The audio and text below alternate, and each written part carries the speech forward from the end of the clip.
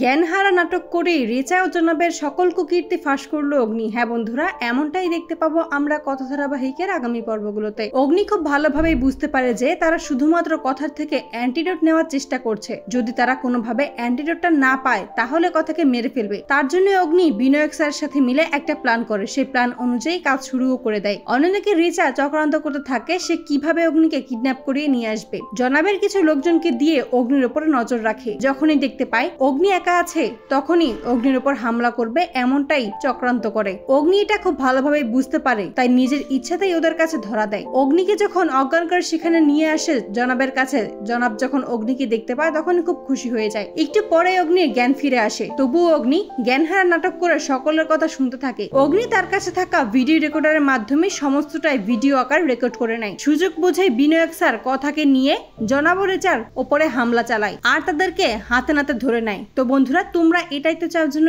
এভাবেই জ্ঞানহারা নাটক করেই রেচা ও জনাবের সকল কুকীর্তি ফাঁস করে অগ্নি? কমেন্টে জানাও। আর নিয়মিত আপডেট পেতে আমাদের চ্যানেলটি এক্ষুনি সাবস্ক্রাইব করে পাশে থাকো। ধন্যবাদ।